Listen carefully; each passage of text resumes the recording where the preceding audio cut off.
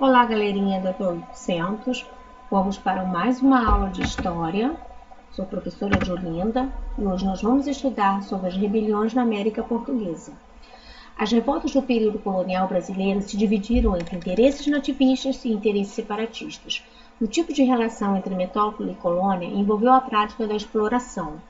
O objetivo das metrópoles era oferir o máximo de lucros possíveis com a produção das colônias. No Brasil, antes do ouro ser encontrado e causar grande alvoroço, a cana-de-açúcar era o principal produto produzido na região Nordeste. A exploração excessiva que era feita pela metrópole portuguesa teve seus reflexos de descontentamento a partir do século XVII. No final deste século, do século XVII, ocorreu apenas um movimento de revolta, mas foi ao longo do século XVIII que os casos se multiplicaram.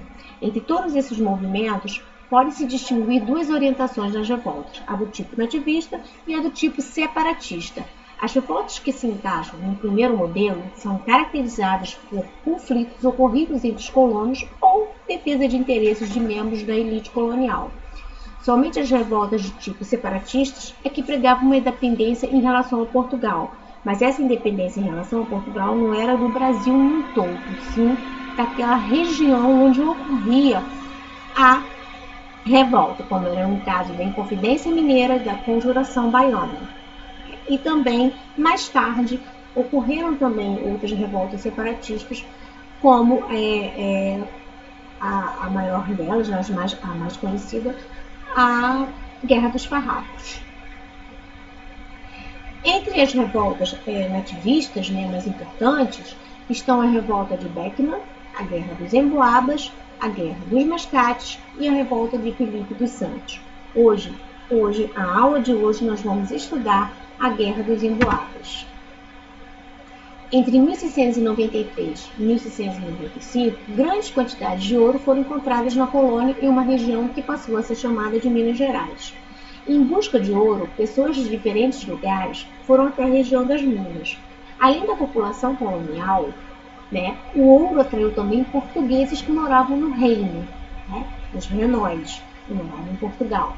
De acordo com o jesuíta, o sonho de ficar rico era tão grande que várias pessoas faziam sacrifícios para chegar até as minas. Para lá foram brancos, mestiços, indígenas, negros, que eram homens e mulheres, jovens, idosos, nobres e pessoas do povo. Os paulistas, que descobriram o ouro em Minas Gerais, queriam o direito exclusivo de explorar essa riqueza. Porém, os renóis e as pessoas de outras capitanias também queriam esse direito. E aí começou o embate.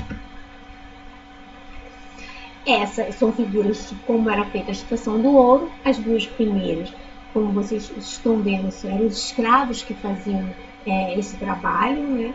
Embaixo, as duas de baixo, uma é de uma mina em Mariana, que pode ser vista, ela está lá intacta, mesmo com aquele acidente que aconteceu em Mariana, não afetou a mina, ela está lá para ser visitada.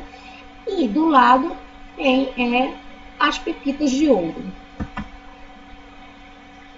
A Guerra dos Emboabas ocorreu uma disputa pelo direito de exploração do ouro. O conflito mais violento durou de 1707 a 1709 e ficou conhecido como a Guerra dos Emboabas. Os paulistas chamavam os portugueses de emboabas, que em tupi significava aves de pés cobertos ou emplumados, que era por causa do quê? Das botas que os portugueses usavam. Os paulistas também chamavam de emboabas as pessoas que vinham de outras regiões, os chamados forasteiros. O fim da Guerra dos Emboabas foi desfavorável para os paulistas. Após 2 anos e meio de luta, muitos combatentes paulistas morreram. E aí, procurando evitar novos conflitos, o que o governo português fez? Ele interveio na região e passou a exercer um controle mais rigoroso das minas. Além disso, a coroa elevou a Vila de São Paulo à categoria de cidade e criou a Capitania de São Paulo e Minas do Ouro, separada do Rio de Janeiro. Porém, em 1720, a capitania foi desmembrada em duas, São Paulo e Minas Gerais. Um fato que ficou muito conhecido na Guerra dos Emboabas é chamado de Capão da Traição. Por quê? No embate, na Guerra dos Emboabas, entre paulistas e portugueses, né? O que aconteceu? Os paulistas estavam cercados, né? Estavam perdendo a batalha, né? A guerra, e aí os emboabas, que eram os portugueses e os forasteiros, ofereceram então uma rendição. Vocês se rendem, né? E nada acontece.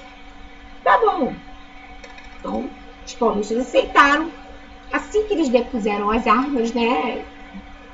Se renderam. O que os emboabas fizeram? Mataram todo mundo, assassinaram todo mundo. Então, esse fato foi chamado de Capão da Traição. O lugar exato ainda os historiadores não sabem, né? O lugar exato onde aconteceu isso aí. Eles têm mais ou menos uma noção que foi ali pelo Rio das Mortes, né? Mais ou menos ali. Eles têm uma ideia do local, mas não do local exato onde aconteceu o chamado Capão da Traição. Por hoje é só. Tá? Bom estudo, faça as atividades da página 82 do livro e até a próxima videoaula. Vamos estudar a revolta de Beckman.